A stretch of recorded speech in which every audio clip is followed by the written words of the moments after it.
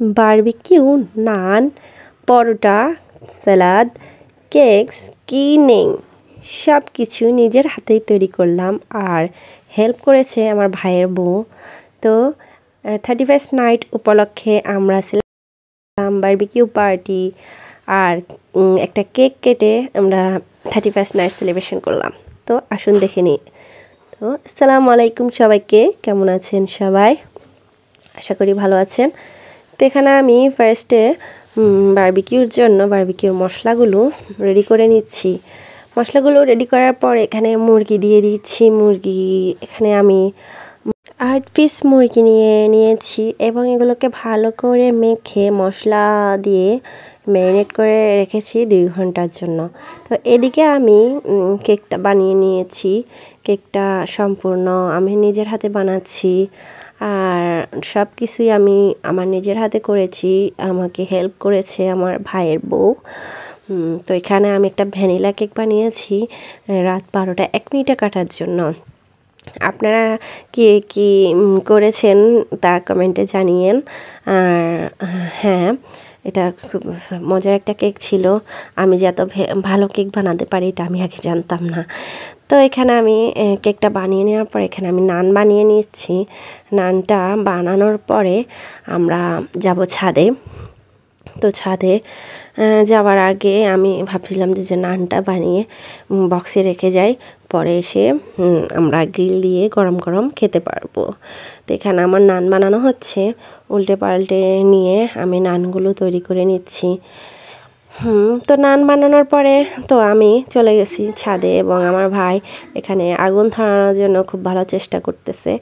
আমাদের এগুলো আয়োজন দেখে কেউ হাসবেন না, কারণ আমরা হুটহাট আয়োজনটা করেছি, যে বাইরে যাওয়ার সময় ছিল না। তারপর হচ্ছে এখানে এত ধোঁয়ার জন্য আমি ভালো করে মুড়িগুলো দিতে পারি নাই। তো পরে আমার ভাই দিয়ে দিছে, বলছে যে তুই উঠে যা, তোর চোখে ধোঁয়া লাগতেছে, তুই উঠে যা। এরপরে এখানে আমার বড় ছেলে আসি এখানে মশলা লাগাচ্ছে, সেও ধোঁয়ার জন্য তাকাতে পারছে না। তো এখানে প্রায় 40 মিনিট পরে আমাদের গ্রিলগুলো রেডি হয়ে গেছে। তো এখানে আমি আমার ভাইয়ের ছেলের সাথে দুষ্টামি করছি। এখানে আমি নিজেও কিছু ভিডিও ক্লিপ নিয়েছিলাম।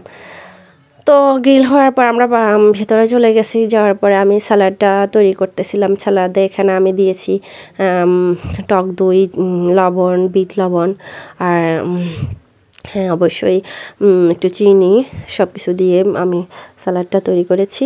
তো এখানে আমরা সবাই খেতে বসে গেছি, যেহেতু সবাই খুব ক্ষুধার্ত। তো একে একে সবাইকে জিজ্ঞেস করছিলাম যে খাবারটা কেমন হয়েছে। সবাই বলছিল হ্যাঁ মজা হয়েছে। তো এখানে আমাদের কিছু ফ্যামিলি মেম্বার মিসিং, কারণ তারা ভিডিওতে আসবে না। তো এখানে আমরা ভাই বোন, আমার ছেলেরা, আমার ভাইয়ের ছেলে, আমার হাজব্যান্ড, আমরা সবাই একসাথে বসেছিলাম।